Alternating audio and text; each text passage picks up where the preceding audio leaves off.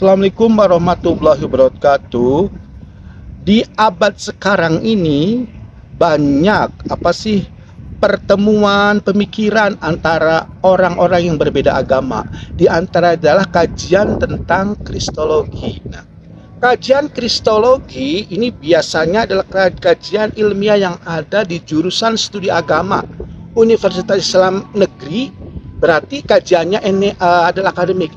Tapi karena kegunaannya, maka banyak orang-orang di luar akademik mempelajari, yaitu orang-orang Islam mempelajari kristologi. Nah, dalam ranah praktek. Nah, sekalipun begitu, mereka orang-orang Islam mempelajari kristologi ini dalam konteks akademik sama, hanya wadah, wana, dan suasananya tidak di dalam kampus. Nah, apakah hal seperti ini dibenarkan? Sah-sah saja selama konteksnya sama, yaitu mempelajari data secara objektif. Nah, kajian akademik itu adalah datanya objektif berdasarkan sumber-sumber yang terlihat, bukan asumsi-asumsi orang tanpa ada data tertulis. Nah, mempelajari kristologi ini artinya mempelajari tentang Kristus sebagai juru selamat. Nah, ini ada kajiannya berdasar pada kitab-kitab biblos orang Kristen. Nah, ketika disajikan atau dipelajari di dunia akademik, di luar kampus, maka nuansanya ini kesannya seolah-olah dunia praktis, tapi bisa disetting sedemikian rupa sehingga kajiannya seperti kayak di kampus, yaitu kajian akademik. Nah, lalu apakah perlu kita seorang muslim dalam mempelajari kristologi? Sangat penting sekali. Karena apa? Karena era sekarang ini kita sebagai muslim harus mempelajari kristologi atau konteks umumnya mempelajari agama, terutama Kristen, supaya bisa kita berdialog. Karena apa? Karena kalau kita mengetahui, maka tujuan mempelajari kristologi tadi untuk kepentingan dakwah. Jadi dakwah kita, dakwah Islam itu tetap berada pada koridor kemanusiaan, tidak menyepelekan agama lain, tapi kita harus mengetahui dan membekali para orang-orang Islam, para ustadz, para cendekiawan muslim mempelajari tentang kristologi. Supaya apa? Supaya mereka paham ketika mengajarkan, ketika berdialog dengan orang-orang non-Islam, terutama Kristen, sehingga ada relevansi. Nah, sehingga di samping itu juga banyak kegunaannya.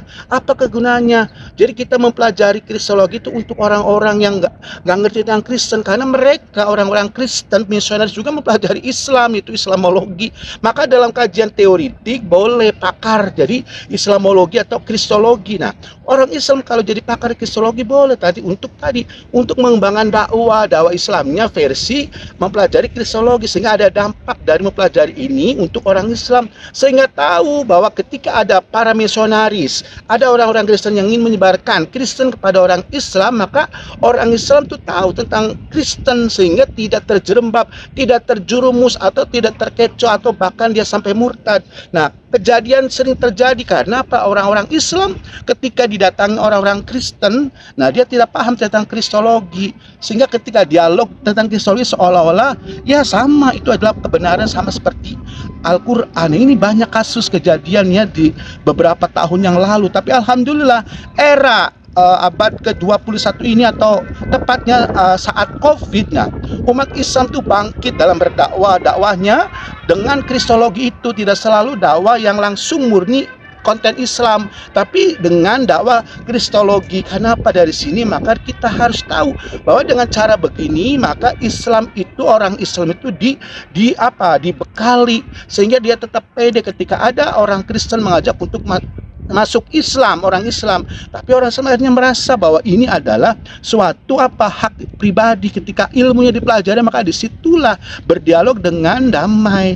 Nah, akhirnya tidak terjadi suatu kekristenan atau pembinaan agama secara katakanlah konsep, karena orang Islam paham tentang konsep ini. Jadi mempelajari kristologi di kalangan Islam itu pertama kegunaannya untuk berdakwah, dakwah internal khususnya. Kedua, untuk berdakwah dalam arti dialog lintas agama dengan orang Kristen. Karena apa? Karena dengan dialog perspektif mereka yang dipakai orang Islam, maka ketemu itu sudut pandangnya. Jadi kalau sudah ketemu sudut pandangnya, maka bisa mengkritisi satu sama sama lain. Nah, ketiga tadi untuk menjadikan suatu kajian ilmu, ya, tujuan ilmu. Nah, sekalipun itu orang Islam tapi bisa jadi pakar kristologi. Nah, demikian saja. Jadi mempelajari kristologi itu dulu itu disangkanya kafir, ya, tapi sekarang banyak, ya, digunakan untuk kepentingan dakwah. Demikian saja, mudah-mudahan para pemirsa memahami apa yang diungkapkan oleh channel Nalter Arah. Sebaik kata akhir, wabillahi taufik wal hidayah. Wassalamualaikum warahmatullahi wabarakatuh.